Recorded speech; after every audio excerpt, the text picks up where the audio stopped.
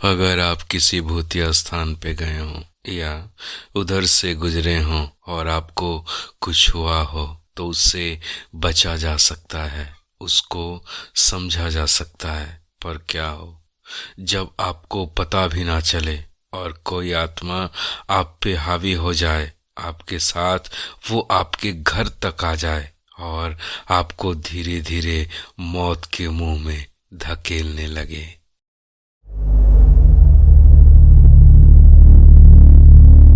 स्वागत है आपका हॉरर एक्सप्लेनर में, जहां पे भूत प्रेत और आत्माओं से भरी डरावनी कहानियां आपको रोमांचित कर देंगी। तो हो जाइए तैयार सफर के लिए।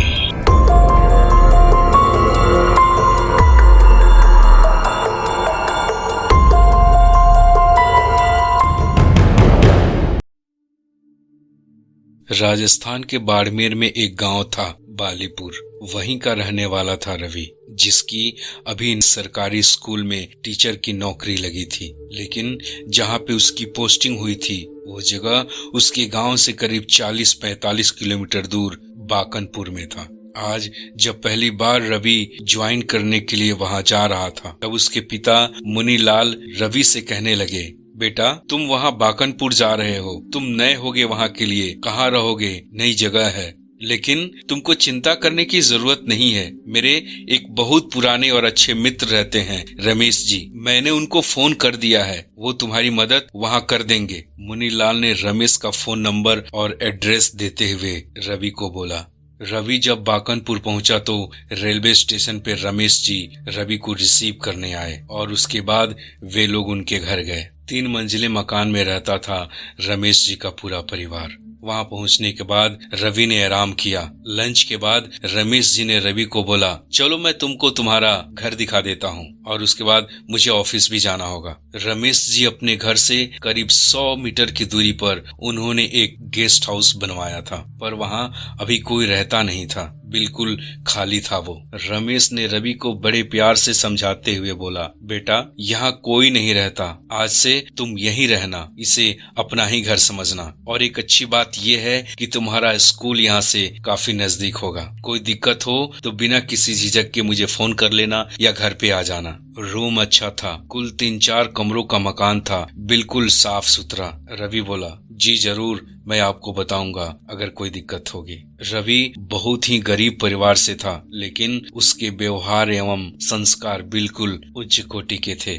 बिल्कुल सीधा साधा सा लड़का था रवि। उस दिन के बाद से वो रोज स्कूल जाता, शाम को घर आता, फिर वो रात को 9 बजे से 12 बजे तक गांव के गरीब और कमजोर लोगों के बच्चों को पढ़ाता, अपने घर से करीब 3-4 किलोमीटर दूरी पर। धीरे धीरे वहां पे लोग रवि की तारीफ करने लगे, रिस्पेक्ट करने लगे। रवि ट्यूशन पढ़ाने के बाद हमेशा रात को 12 या 12 बजे के बाद ही अपने घर पे लौटता। लेकिन एक दिन की बात है, रवि जब ट्यूशन से पढ़ाकर रात को लौट रहा था, समय करीब 12:10 हो रहे होंगे, अंधेरी रात थी उस दिन। रास्ते में उसने देखा कि एक पेड़ के नीचे कोई लड़की खड़ी है चुपचाप। बिजली की लाइट पेड़ पर पड़ने की वजह से उसका चेहरा साफ साफ दिख नहीं रहा था। उस दिन रवि को लगा कि कोई होगा यहीं आसपास का, इसलिए उसने चुपचाप अपने रूम में आकर आराम करना ही सही समझा। अगले दिन एक बार फिर रवि जब ट्यूशन पढ़ाकर लौट रहा था, समय वहीं करीब 12:10 या 12:20 हो रहे होंगे, वही लड़की चुपचाप खड़ी थी। लेकिन इस बार बात कुछ और थी, क्योंकि वो लड़की अब बिल्कुल लाइट में थी। उसका चेहरा साफ साफ नजर आ रहा था। एक बार जब लड़की की नजरें रवि की नजरों से टकराई, रवि की मानो होश उड़ गए।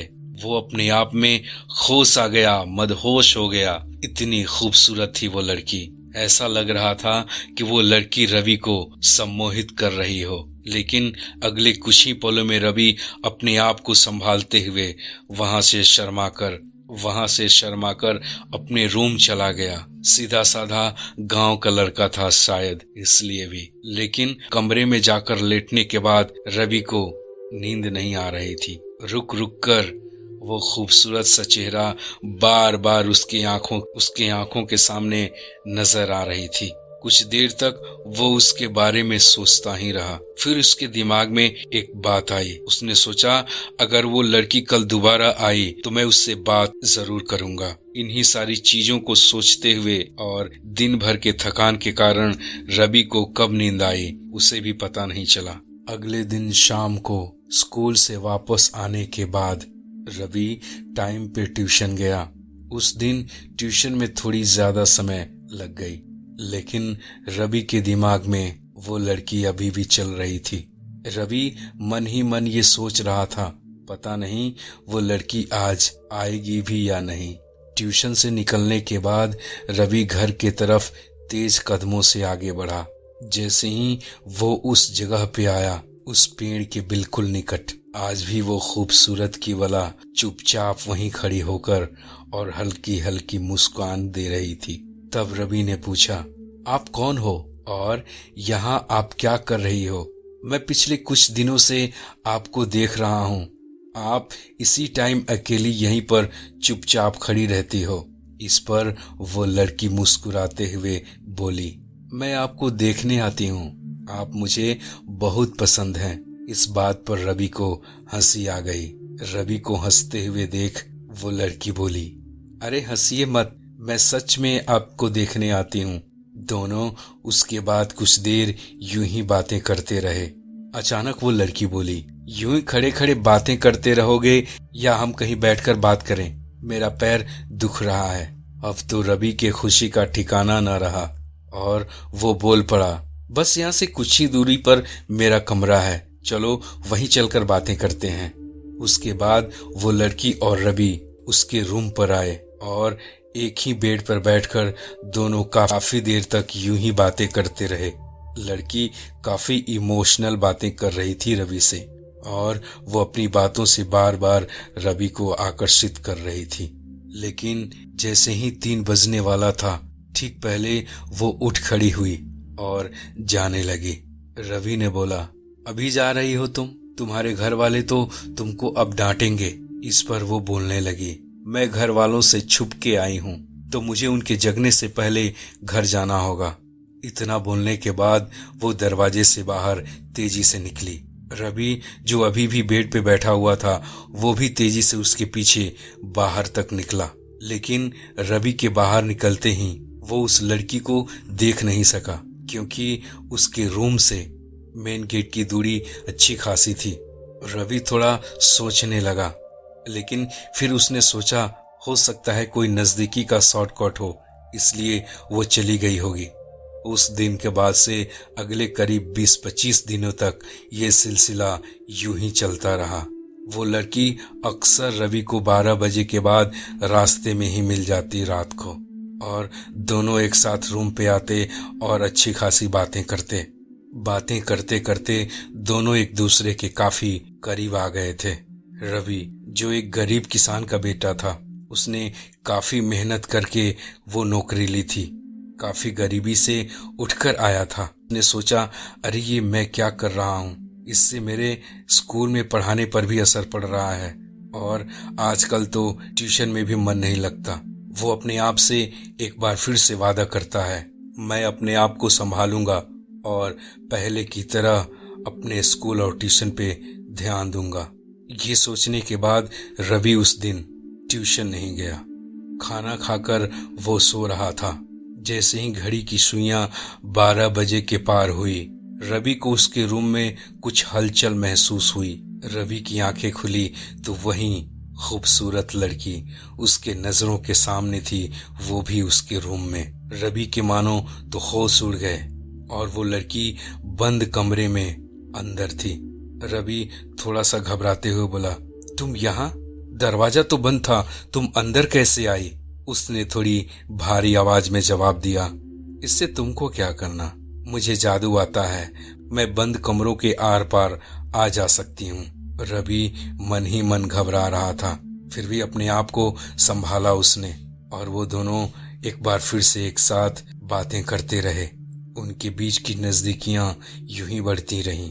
एक बार फिर से 3 बजने से पहले ही वो तैयार होकर जाने लगी। इस बार रवि ने उससे पूछ लिया, तुम कहाँ रहती हो? तुमने अपने बारे में कुछ नहीं बताया। वो थोड़ी कड़क आवाज में बोली, देखो ये चीजें तुम बार बार मत पूछो, जब समय आएगा मैं तुम्हें बता दूंगी सब कुछ जो तुम जानना चाहते हो। उसके बाद तो वो लड़की अब हर रोज 12 बजे के बाद उसके कमरे में आती, एक साथ बातें करते, घंटों घंटों बातें होती।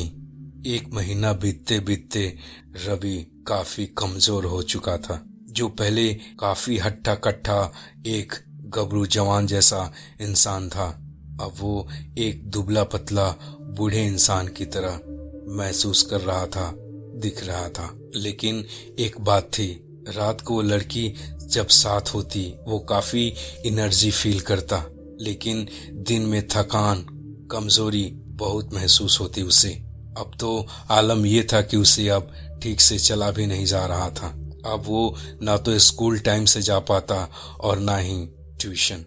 संडे का दिन था और अपने रूम में बैठे बैठे रवि ये सारी बातें सोच रहा था। वो अपने परिवार की काफी चिंता करता था। वो अपने गरीब माँ बाप की इकलौती संतान था, उम्मीद का किरण, जिसको काफी मेहनत और मशक्कत मजदूरी करने के बाद ये सरकारी नौकरी मिली थी। अगर और लापरवाही हुई तो नौकरी भी जाएगी, जान भी। इतनी ही देर में रमेश जी वहां आ गए रवि का हाल चाल जानने। लेकिन जब उन्होंने रवि की हालत देखी तो वो हक्का बक्का रह गए और आश्चर्य से पूछे, अरे रवि बेटा, ये तुम्हें क्या हुआ है? तुम आए थे तो कितने फिट थे, तंदुरुस्त थे, हट्टे कट्टे थे, वजन भी तुम्हारा ज्यादा था। क्या हुआ जो तुम्हारे शरीर की हालत ये हो गई? इतने कमजोर और अनफिट कैसे हो गए? क्या तुम्हें खाने पीने की दिक्कत हो रही है या कोई बीमारी है तुम्हें? पहले तो रवि मना करता रहा, ऐसी कोई बात नहीं अंकल, मैं ठीक हूँ। लेकिन रमेश जी के बार बार पूछने पर रवि ने सब कुछ सच बता दिया कि एक लड़की है जो मेरे पास रोज रात को 12 साढ़े 12 के आसपास आती है। हम लोग करीब 2.5-3 घंटे बात करते हैं, उसके बाद वो चली जाती है। रमेश जी जोरदार आवाज में हंसे और बोले, बेटा मैं तुम्हारा चाचा हूँ और मजाक चाचा से अच्छी बात नहीं है, वो भी इस मौके पे। रवि ने बहुत समझाया। रमेश जी जब मानने से इनकार करने लगे तब रवि ने कहा, अगर आपको मुझ पे भरोसा नहीं है तो मैं आज रात को उससे आपको मिलवाऊंगा। इसके लिए आप मेरे सामने वाले रूम में छुप जाना। आपको विश्वास हो जाएगा कि मैं झूठ बिल्कुल नहीं बोल रहा। उस दिन रात को जब 12 बजे के बाद रवि अपने कमरे के दरवाजे पर खड़ा था, रमेश जी सामने वाले कमरे में बिल्कुल अलर्ट थे। दरवाजे के छिद्र से रमेश का दरवाजा साफ साफ नजर आ रहा था। जैसे ही घड़ी की सुइयां 12 बजे के पार हुई, एक जोर की हवा का झोंका आया और रमेश जी की आंखें एक पल के लिए झपकी। इतने में जब वो खुली तो रमेश जी की आंखें फटी की फटी रह गईं, क्योंकि वो खूबसूरत सी लड़की अब रवि के बिल्कुल सामने और पास थी, जो रवि से बातें कर रही थी। उसके बाद वो दोनों रवि के कमरे में चले गए और काफी देर तक बात किए। 3 बजते बजते वो लड़की वहां से चली गई। लड़की के जाते ही रमेश जी रवि को लेकर अपने घर चले गए। रमेश जी ने घर पहुंचकर सबसे पहले रवि के पिता मुनीलाल को फोन किया और रवि की सारी आपबीती सुनाई। मुनीलाल की आवाजें बात करते करते कांप रही थीं। ये सुनकर रवि की मां घबरा गई और वो मुनीलाल को बोलने लगी, मैं कुछ नहीं जानती, तुम मेरे बेटे को जाकर लाओ। जान रहेगी तो नौकरी बहुत मिलेंगे और नहीं भी नौकरी मिली तो मेरा बेटा मेरे पास रहेगा। और जोर जोर से रोने लगी। आनन फानन में रवि के पिता ने रवि को जाकर घर वापस ले आए। रवि जिस रात घर आया उस रात जब वो अपने कमरे में सो रहा था, जब घड़ी का कांटा रात के 12 बजे के पार हुआ, रवि को कुछ महसूस हुआ और उसकी नींद खुल गई। नींद खुलने के बाद नजारा बिल्कुल अलग था। रवि का दिमाग सुन्न हो गया और आंखें फटी की फटी रह गईं। वो मानो बिल्कुल फ्रीज हो गया, क्योंकि उसके अपने आंखों पर यकीन नहीं हो रहा था, क्योंकि वो लड़की यहाँ भी आ गई थी उसके कमरे में और बैठकर उसका सर सहला रही थी। रवि ने बड़े आश्चर्य से पूछा, अरे तुम यहाँ कैसे? तुम्हें कैसे मालूम मैं यहाँ हूँ? वो लड़की मुस्कुराई और बोली, क्यों, तुम्हें खुशी नहीं हुई क्या मुझे देखकर? रवि अपने आप को संभालते हुए बोला, नहीं नहीं, ऐसी बात नहीं है। मेरी तबीयत ठीक नहीं थी, इसीलिए मैं यहाँ डॉक्टर के पास दिखाने आ गया। लेकिन मैंने तुम्हें अपने यहाँ आने के बारे में कुछ बताया नहीं था। तुम्हें कैसे पता कि मैं यहाँ हूँ? इस पर वो लड़की बोली, मुझे इसकी जरूरत नहीं, मैं कहीं भी आ जा सकती हूँ, तुम समझ रहे हो ना? फिर वो दोनों लगातार बातें करते रहे। जब 3 बजने वाले थे, उसके पहले वो लड़की जाते जाते ये बोलती गई, मैं तुमसे जुदा नहीं रह सकती और ना ही मुझे तुमसे कोई जुदा कर सकता है। अपना ख्याल रखना। उसके जाते ही रवि जोर से चिल्लाया। उसी वक्त उसकी मम्मी पापा आ गए। उसने उन्हें सारी बातें बताते हुए बोला, वो यहाँ भी आ चुकी है। ये बातें सुनकर मुनीलाल और उसकी पत्नी के पैरों तले जमीन खिसक गई। वो इतने दहशत में आ गए कि उन्होंने सुबह होते ही जाकर एक जानकार और विद्वान पंडित जी को बुला कर लाए। पंडित जी ने आसन पर बैठकर जब ध्यान लगाया तो कुछ देर बाद वो जोर से बोले, अरे पिचासनी है वो लड़की पिचासनी है जो इसे अपने प्रेम जाल में फंसा रखी है। ये सुनते ही रवि के माता पिता हक्का बक्का रह गए और वो जोर जोर से रोने लगे। पंडित जी के पैरों पर गिरकर अपने बच्चे की जान की दुहाई मांगने लगे और कहने लगे, कोई तो रास्ता होगा, आप मेरे बच्चे को बचा लीजिए, यही एक हमारा सहारा है। काफी देर तक सोचने के बाद पंडित जी ने बोला, एक विधि है जिसमें इसकी जान भी जा सकती है, लेकिन ये बच भी सकता है। ये सुनकर माँ बाप सोचने लगे। इतने में रवि बोल पड़ा, मैं तैयार हूँ, अगर नहीं कुछ हुआ तो इस घुटन भरी जिंदगी से छुटकारा तो मिल जाएगा मुझे। सबने रवि की तारीफ की और उसके बाद तो माँ बाप भी राजी हो गए। इसके लिए पंडित जी ने बताया कि हमें उस पिचासनी से पीछा छुड़ाने के लिए जहाँ वो पहली बार मिली थी उस घर से शुरू करना होगा। इसके लिए कल हमें वहाँ जाना होगा। वहाँ पहुँचने के बाद रवि ने बताया कि वो किस कमरे में सोता था। पंडित जी ने बताया कि इस कमरे को दुल्हन की तरह सजा दिया जाए, फूल चारों तरफ बिखेर दी जाएं और रवि को बोला कि तुम दरवाजे की तरफ अपना पीठ करके खड़े रहना और जैसा बताया हूँ बिल्कुल वैसा ही करना। उस रात 12 बजते ही वो लड़की घर में आई। रवि उसकी तरफ मुड़ा और बोला, अरे तुम फिर आ गई। इतना बोलते ही वो लड़की आग बबूला हो गई और रवि से पूछने लगी, कौन फिर आ गया? मैं तो अभी आ रही हूँ। और ये तुम किसकी बातें कर रहे हो? मुझे कुछ समझ में नहीं आ रहा। तब रवि ने बोला, अरे तुम ही तो आई थी, हम लोग काफी देर तक बात किए थे। इस पर और वो भड़क गई और बोली, किसकी बात कर रहे हो तुम? मुझे साफ साफ बताओ, मेरे से पहले कौन आई थी? रवि मुस्कुराया और बोला, तुम ही आई थी, शायद तुम भूल रही हो।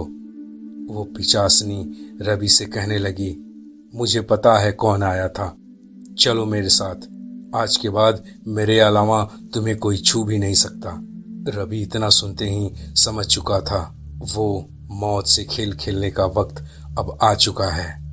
उसने हिम्मत बढ़ाई और वो उस पिचासनी की बात मानने के लिए तैयार हो गया। इस पर उस पिचासनी ने बोला कि मैं जैसा जैसा बोल रही हूँ तुमको बिल्कुल वैसा वैसा करना होगा, तुम्हें मेरे साथ चलना होगा। और वो रूम से निकलकर आगे बढ़ने लगी। रवि भी उसके पीछे हो लिया। दोनों चलते चलते गांव के बाहर गए। वहां से करीब 4-5 किलोमीटर दूर वहीं बरगद का पेड़। काफी अंधेरा था। रवि डर भी रहा था, लेकिन उसने ये सोच लिया था कि आज मैं जिसके साथ हूँ इससे बुरा और क्या हो सकता है। वहां पहुंचने के बाद उसने बोला कि मैं जो बताऊंगी वो पौधा लेकर तुम्हें वापस उस मकान में चलना है जहां तुम रहते हो। लेकिन याद रहे, एक बार जब तुम उस पौधे को उठा लोगे तो मैं तुम्हें छू नहीं पाऊंगी, तुम्हारे पास नहीं आ पाऊंगी। लेकिन मेरे साथ चालाकी भी मत करना, नहीं तो मैं तुमसे प्यार करती हूँ तो तुम्हारी जान भी ले सकती हूँ। रवि बोला, नहीं नहीं, मैं तुम्हें पाने के लिए कुछ भी कर सकता हूँ, तुम जैसा बोलोगी मैं वैसा बिल्कुल करूँगा। उसके बाद उसने एक पौधे की तरफ इशारा किया। रवि ने जैसे ही उस पौधे को तोड़ा, वो अचानक से वहाँ से ओझल हो गई। रवि चारों तरफ उसको ढूंढने लगा, देखने लगा। तभी उसको दूर करीब 20-25 गज बाद वो नजर आई और रवि को इशारा की कि तुम अब अपने घर की तरफ चलो। रवि वहाँ से बढ़ता हुआ अपने घर की तरफ आया। करीब काफ़ी देर चलते चलते वो अपने घर पे आया। घर पे आने के बाद उसने रवि से कहा कि उस पौधे को बगल वाले रूम में रख दो और जब मैं यहाँ से चली जाऊँगी तो तुम उस पौधे को अपने तकिए के नीचे रख देना। और हाँ, जब मेरा आने का समय होगा तो 12 बजे से पहले उस पौधे को कल हटा देना, फिर मेरे जाने के बाद उस पौधे को रख देना। रवि ने वैसा ही किया। उस समय उसने उस पौधे को वहाँ से हटाकर दूसरे कमरे में रख दिया। उसके बाद वो दोनों एक दूसरे से काफ़ी देर तक बात करते रहे। पिचासनी के वहाँ से जाने के बाद पंडित जी ने एक ताबीज़ बनाया और वो ताबीज़ रवि के गले में डाल दिया। बोला, अब कोई तुम्हारा बाल बाका नहीं कर सकता जब तक कि ये ताबीज़ तुम्हारे गले में है। लेकिन याद रहे, जिस दिन ये ताबीज़ तुम्हारे गले में नहीं होगी, तुम्हें कोई नहीं बचा सकता। अगले दिन 12 बजे के बाद जब वो पिचासनी उस घर में आई, दरवाजे पर आते ही वो खड़ी हो गई और कहने लगी, ये तुमने क्या किया? वो क्या पहना है तुमने? उसे निकाल कर फेंक दो। रवि बस मुस्कुरा रहा था चुपचाप। वो पहले तो बहुत प्यार से समझाई, बहुत मिन्नतें की।